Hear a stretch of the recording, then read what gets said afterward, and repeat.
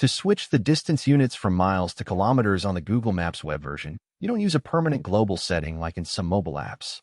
Instead, you adjust it through the route options while viewing directions. This means the change applies only to the specific route you are currently planning.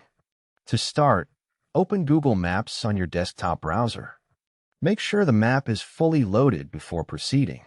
Then enter your starting point and destination into the Directions panel to generate a route. Once the route appears, you will see the main navigation panel with your selected travel path. Look just below the destination input boxes for a button labeled Options. This is where route-specific settings are stored. Click Options to open additional route preferences. Inside this panel, locate the section labeled Distance Units. This controls whether your route distances are shown in miles or kilometers. Select km kilometers instead of miles. As soon as you select it, Google Maps will immediately update all route distances, including total trip length and segment distances, to the metric system. You will notice the change reflected instantly in the route summary and step-by-step directions.